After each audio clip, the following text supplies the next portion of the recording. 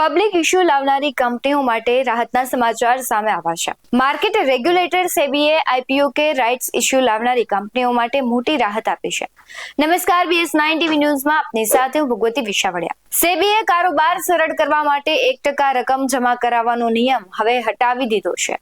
આ નિર્ણય તત્કાલ પ્રભાવથી લાગુ થઈ ગયો છે, એટલે કે ફેબ્રુઆરીમાં સેબીએ આ સંદર્ભમાં એક કન્સલ્ટેશન પેપર આપ્યું હતું.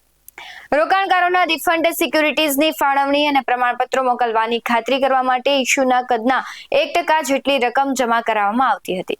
ગત કેટલાક વર્ષો દરમિયાન સેબીએ આઈપીઓ અને અન્ય પબ્લિક ઇશ્યુ સંબંધિત નિયમો ઘણા સરળ કરી દીધા છે.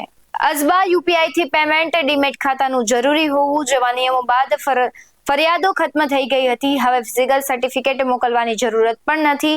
આ જ કારણ છે કે હવે 1% રકમ જમા કરાવવાનો કોઈ અર્થ નથી. એસએમઈ આઈપીઓના નિયમ પણ કડક થશે, તેના વિશે વાત કરીએ. સેબીએ એસએમઈ આઈપીઓને લઈને કન્સલ્ટેશન પેપર બહાર પાડ્યું છે. તેના હેઠળ નાની અને મધ્યમ કંપનીઓના લિસ્ટિંગ ફ્રેમવર્કની સમીક્ષા કરવામાં આવી છે. સેબીએ પેપરમાં ઇસ્યુ માટે સબસ્ક્રિપ્શનની ન્યૂનતમ મર્યાદા વધારવાનો પ્રસ્તાવ આપ્યો છે. આ ઉપરાંત ઓફર ફોર સેલની મર્યાદા પણ નક્કી કરવાનો પ્રસ્તાવ આપવામાં આવ્યો છે. એસએમઈ આઈપીઓમાં રોકાણકારોની વધતી ભાગીદારી, બહુ ઊંચા સબસ્ક્રિપ્શન અને ઊંચા રિટર્નથી જોતા સેબીએ પહેલા જ ફ્રેમવર્ક નિયમોને કડક કરવાના સંકેત આપ્યા હતા.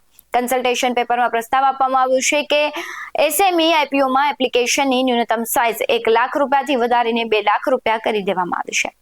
આવા જ વધુ અહેવાલો સાથે ફરી મળતા રહીશું. તમે અમારી YouTube ચેનલને સબસ્ક્રાઇબ કરવાનું, અમને Facebook અને Instagram પર ફોલો કરવાનું ભૂલશો નહીં. બાકી નવી અપડેટ્સ મેળવવા માટે જોતા રહો BS9 TV ન્યૂઝ. અહીં આપેલી માહિતી માત્ર જાણકારીના હેતુથી આપવામાં આવી છે. બજારમાં રોકાણ કરતા પહેલા હંમેશા નિષ્ણાતની સલાહ લેવી જરૂરી છે. BS9 TV ન્યૂઝ ક્યારેય કોઈને રોકાણ સંબંધિત સલાહ નથી આપતો. નમસ્કાર.